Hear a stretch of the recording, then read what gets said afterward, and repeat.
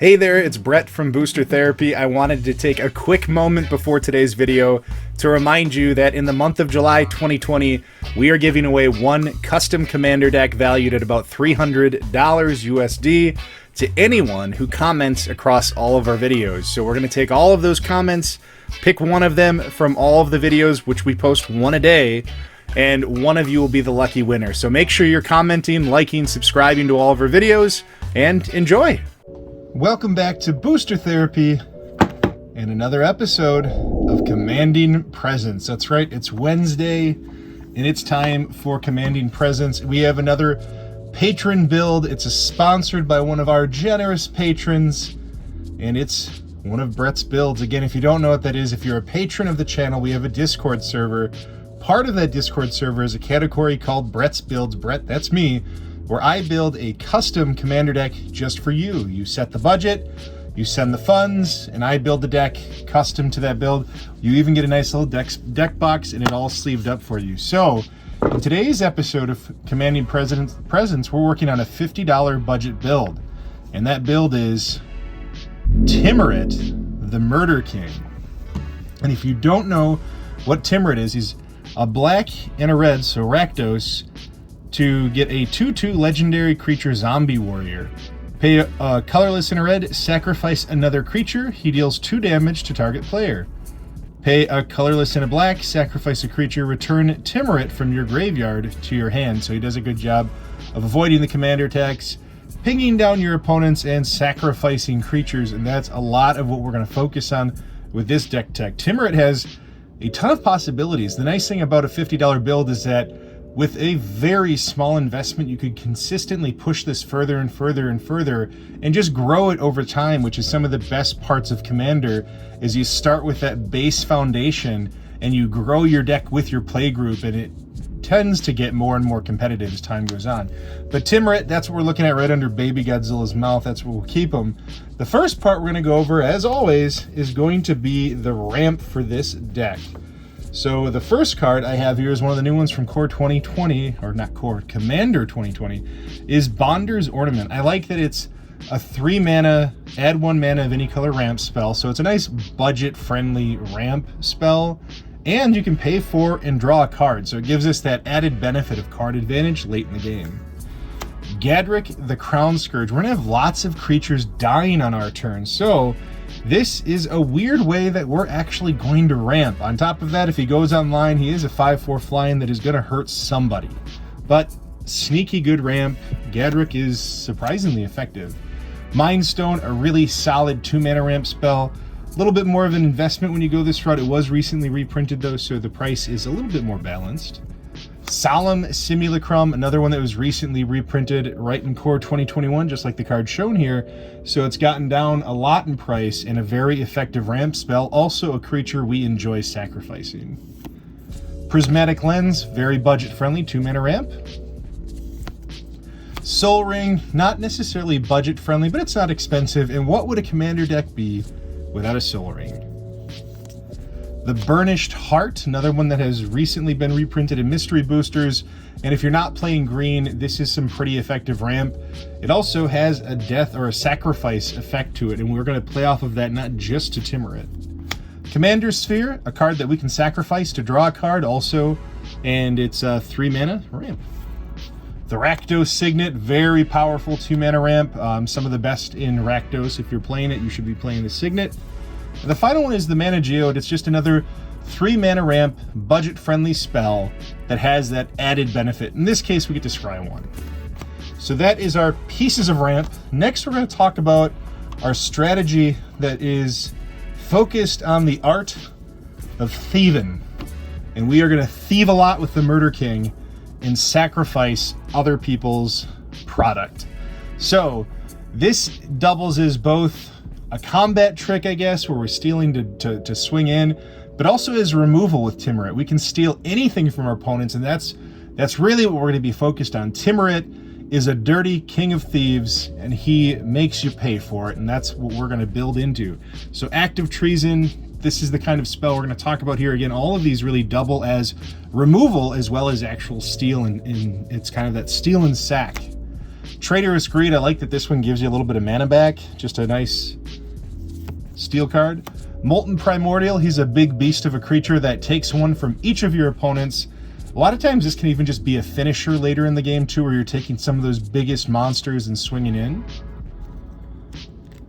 Next we got Captivating Crew. This is going to be one of our better ones, and a card that we certainly want to protect at any cost if we can.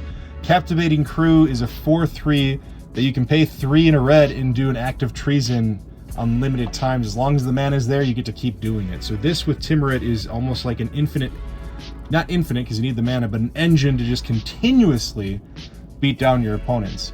Mass Mutiny, it's kind of like the Molten Primordial, except not on a stick. It's the spell, so you get to take 1 creature from each opponent. Harnessed by Force, it's active treason that we can strive to do to more targets, steal more things, sack more things, be more rude. Traitorous Blood, God, we're going to have a lot of fun with this. Just some really budget-friendly thieving cards to really, you know, make our friends love us. Act of Aggression, I love that this one can just be 3 colorless too, so if for some reason we're pinched on red, or if we need to leave some red mana up because we want to activate Tymaret, we can pay our life instead of the red pips on this one. And of course, Mob Rule, a criminally underpriced finisher. I mean, it's not as good as Insurrection, but it is cheaper in mana cost, and it could play out to be in the exact same way. So Mob Rule is devastating. That is some of our steal and sack, kind of our removal, but again, leaning into a strategy that we're going to focus a lot on with this deck. Next, I want to talk about a few more spells of general removal. Again, a lot of what we just talked about there is removal. It functions as removal for us in most circumstances, but not always. So the first thing we have is Massacre Worm. Whenever a creature an opponent controls dies, they lose 2 life, which is great, but it's also a kind of a board wipe and a 6/5 for 6. Terminate kills any of the pesky creatures that are in our way. Some of the big ones that, I mean, that's typically what you're going to hold this up for, is a big threat that you can just eliminate. Last One Standing. This is such a budget-friendly board wipe, and it's an undercosted board wipe. Essentially, only 1 creature is going to survive. Let's hope the Murder King's the lucky dude. But if he's not, it doesn't really matter. You're killing virtually everything with this spell. And Dictate of Erebos recently became a bit more budget-friendly with a reprint Mystery Boosters. And as we're stealing and sacrificing creatures, and even sacrificing our own creatures, this is a great way to control the board state. Dictate of Erebos, a more expensive version that you could even add to this deck at a later time, being Grave Pact, are some of those really amazing cards with the mechanics you're playing with here. Next, let's talk about some of our utility creatures. Some of the creatures that just give us a little bit of extra value and fun within the strategy that we're building on. The first one we're going to talk about is Sanitarium Skeleton. It's just an easy card to play out there and sack to any of the abilities with Tymaret. We'll talk about how getting to pull him from the graveyard is useful, but also doing that extra damage to a player is always going to be something we want to lean into. Sanitarium Skeleton just gives us a bit more freedom to it. Ogre Slumlord, it's a great way as we're killing our creatures to generate extra value from that. Getting a 1/1 rat creature token that, as long as Ogre Slumlord's out there, has Death Touch, makes it really difficult to clip into us. The Loyal Subordinate, this dude just is a vicious zombie. So in the Tymaret Murder King deck, you're getting Tymaret out there really quick. It's 2 mana, turn 2, he's going to be on the board. If turn 3, the Subordinate sits there, we're just going to slowly drain, not even slowly, 3 life a turn, even with 40 life, is super aggressive. So it's another good way just to layer on the loss of life as we're playing along in this game. Erebos, Bleak-Hearted, I love that it's indestructible, but I also love that it's a secondary sack outlet that gives us also additional value when our creatures die, getting that little extra card draw. Carrion Feeder, another great sack outlet, so if we're looking to steal our friends' permanents or our friends' creatures and we don't have enough mana to pay into Tymaret, we can always just sacrifice it to Carrion Feeder and make him bigger. Woe Strider, it's kind of the same concept as Carrion Feeder. If we don't have that extra mana to pay for Tymaret's abilities, we can just sacrifice and scry 1 their creatures to make sure they're not getting them back. And again, really just controlling that board state of what's going on. Gonti, Lord of Luxury, again, just a value card. It's a great card to take some of those threats off the top of a friend's library and use it against them. Annex, Harden in the Forge, similar to Ogre Slumlord, it's just giving us extra value. As we have creatures dying on our side of the board, it's replacing them with 1/1 red tokens. Garna the Bloodflame, we can flash this in to return all of our creatures to answer a board wipe, or it's just a nice little mechanic to give all of our creatures haste. So as we're stealing things or as we're generating tokens, whatever it is that we're doing, we get haste and we can keep moving forward. And then of course, Squee the Immortal. Squee is good, just similar to Sanitarium Skeleton. We can sacrifice this as much as we want, no matter where this thing lies, we can just cast it right back into play. And the final card is the Charmbreaker Devils. This one is just a great utility creature for getting back our Active Treason cards, getting those spells back that we want to play more than once, returning it from our graveyard to our hand. That the upside here is by casting it for a second time, it's not being exiled. We just get to keep repeating this process. All right, the next couple cards, oops, we forgot one. Another good utility card, of course, is Gutter Bones. It's just similar to Squee, similar to Sanitarium Skeleton. It's a card that we get to repeat over and over again and not really break a sweat on it. Next, we want to talk through how we're pinging people down. So as we're sacrificing all these creatures and doing 2 damage to a player with Tymaret or whatever the creature may be swinging and then sacking, whatever we're doing with that, we need to layer on the damage because it's never going to be enough to win. So we have a handful of creatures that really play alongside of us with death triggers and sacrifice triggers. The first one is Dreadhorde Butcher. We can let this guy get devastatingly big to then sacrifice it and have it deal its power to any target. So this could be a finisher, this could be just to really change the pace of the game and put somebody that's been pulling ahead into a dangerous place and kind of ally your opponents around you. A lot of different ways to play that. The Havoc Jester, a new one in Core 2021. We're sacrificing permanents all day, and to be able to do 1 damage to any target is extremely effective. There's actually another spell within this deck that we can pair up with the Havoc Jester, because that 1 damage to any target can be extra devastating as well, and it's got a nice big body, a 5/5 for 5. Zulaport Cutthroat, we're really mostly focused on the creatures that are dying on our side of the board. Zulaport makes everyone pay for that. The Falcon Wrath Noble works like a budget-friendly Blood Artist. Whenever a creature anywhere dies, target player loses a life, you gain a life. So you have to select the person with this one. It's not as universal as Zulaport, but it's for any creature dying. The Vindictive Vampire, it's doubling down on the Zulaport Cutthroat ability. It's just a little bit more expensive mana-wise. Judith the Scourge Diva, whenever a non-token creature dies, we have to do 1 damage to any target. Similar to the Havoc Devil, or the Havoc Jester, we're going to be able to play an interesting mechanic with this one that should add a little bit more to our board state. Sir Conrad, it's really whenever any creature is hitting the graveyard from anywhere, we're getting to do a damage to each opponent. So it's really, again, layering on that extra damage and just draining our opponents down to hopefully nothing.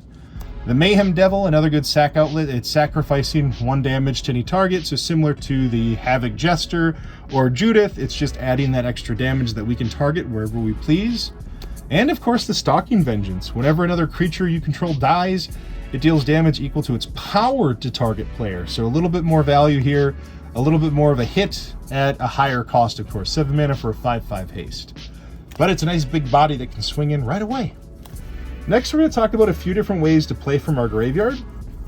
The first one works not only with getting from our graveyard, but also with our sacrifice triggers. It's going to be the Hell's Caretaker with this beautiful core Masters 25 artwork. So Hell's Caretaker is tap, sack a creature, return a creature from your graveyard. So if somebody busts up one of our Zulaport type mechanics that we need on the board to really layer on the damage, or if they break apart one of our combo pieces that we'll talk about towards the end of this video, this guy is just good at keeping us resilient, working with the deck's sacrifice outlets, and just playing into what we're already trying to do. The next one is Mimic That. This one is got a lot of potential. One, we can use it for our creatures' opponents. So our opponent's creatures, said that backwards, because if those creatures are very powerful, something we want to repeat and use over and over again, this gives us access to it. But also, as we have things that die, we can remove them and just throw a token out there every so often that gains haste, and it exiles at the beginning of the next end step. So we just get to keep smacking in with something with Mimic That. The Phyrexian Reclamation, this one's also tanked in price recently because of a reprint. Just another great card to pay a couple life, put a creature card that we need, one of those high value synergistic cards like the death triggers, the sacrifice triggers. This just gets it right back into our hand.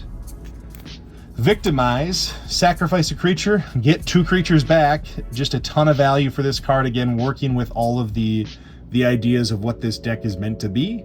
And of course, Thrilling Encore. 2 ways to play this one. One, it's a response to somebody else's board wipe. So if somebody else wraths, wipes the entire board after we've just built a successful board state, we play this and we get everything back, including our opponent's creatures. The other way to play this is if we have Dictate of Erebos out, and if we have a healthy sack outlet out, we sacrifice everything to it. So all of our creatures die to that, but we get all of these different Dictate of Erebos triggers. Let's say it's 5 or 6 of those. That means our opponents are each sacrificing 5 or 6, and then we swing this out right after we've done all of that.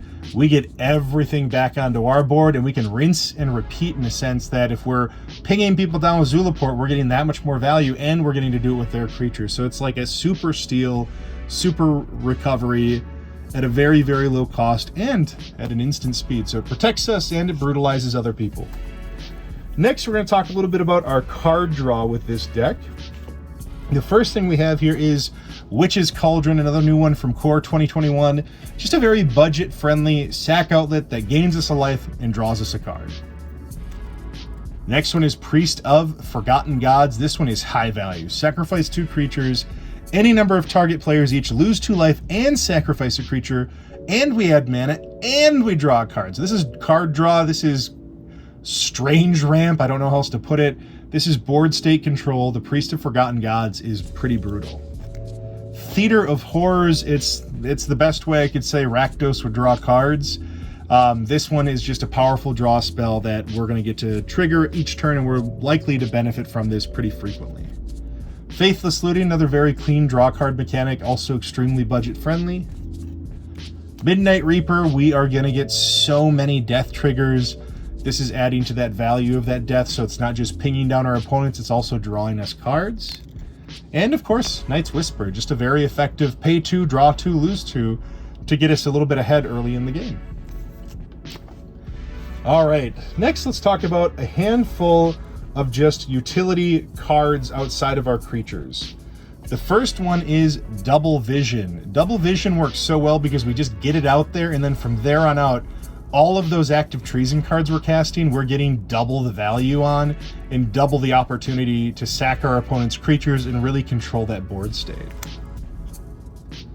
Next one is Basilisk Collar. This thing pairs so well with things like Havoc Gesture, the Havoc Devil or the Mayhem Devil, Judith, any of those things that ping that 1 damage to any target. If it has Death Touch on top of that, you're just picking off creatures. It becomes kind of a nuclear weapon that's wiping things one by one as you sacrifice and build off those triggers. Tibalt Rakish Instigator. Not only does this give us a great target to sacrifice or a nice little chump blocker, but it also stops our opponents from gaining life, which can be very problematic with a deck like this. The Dreadhorde Invasion. This is guaranteeing us a creature to sacrifice every single turn, whether it's to control the board state, to draw cards, whatever we need it for. This just gives us that extra value. And Fires of Invention. This is kind of the secret all-star of this deck. Tymaret costs mana to play its abilities. A lot of the other things that we want to do have little mana costs, like the stealing creatures with the Captivating Crew, or working off of returning some of our creatures like Gutter Bones or the Sanitarium Skeleton. We're having to use that mana, and we have to find ways to free it up. Fires of Invention is an insane way to let us do that. We still get to play a couple spells every turn, but we're free to do all of the different mana abilities we want to do, especially when we start getting things out there like Double Vision. It's just that much more value where we're casting spells for free. We've got the mana up to sacrifice it to Tymaret or whatever else we need it for. Fires really is a great all-star and super budget friendly since, it's recently been banned. The last part of this deck that we're going to cover, the last part of the budget build for Tymaret is a combo. And what would a deck, I have a hard time building a deck without some sort of baked in combo. And this one is a pretty common one. It works off of, the front end is really just seems on theme with the deck. So the front end of this combo is the Zealous Conscripts. So Zealous Conscripts, 4 colorless, a red for a 3/3 haste. When it comes into play, active treason something. So on the surface, somebody's going to see this and be like, yep, active treason, it's just another way to do it. But once it's done its thing, it's done, right? Well, wrong. What if it dies? We can take it with Mimic Vet and just do it over and over and over and over again, right? Mimic Vet for 3 mana, we get another Zealous Conscripts, we steal another creature. It's just instant value. But if we drop Kiki Jiki and we have Zealous Conscripts, what we do here is we tap, make a copy, have the copy untap Kiki Jiki, tap, make another copy, that copy untaps Kiki Jiki, rinse and repeat. Do it infinite times to have an infinite board state of 3/3 haste, beat your opponents, win the game. If they can't interact with it, it's literally a win that turn kind of combo. And that is Tymaret the Murder King on a $50 budget, give or take a little bit. I've seen some of it float more around $60. If you're kind of paying the high end, everything's all near mint and kind of glossed out, it might be a little bit more than that, maybe 75 to 100. But generally $50 to $60 budget. Tons of fun to make. Thank you again to our patron who supported this video. I really appreciate this. This was a nice little challenge build to say, make something weird, make something janky that my friends will have fun with. Boy, do I hope your friends have fun with their stuff getting stolen and you sacrificing that and just being horrible. This is Booster Therapy. This is another episode of Commanding Presence. Make sure you check all the links in the description below, including one to the deck list for this deck. It will give you everything that's in it because I'm not going to go through the lands. Pretty budget friendly. But until next time, you have a wonderful rest of your day.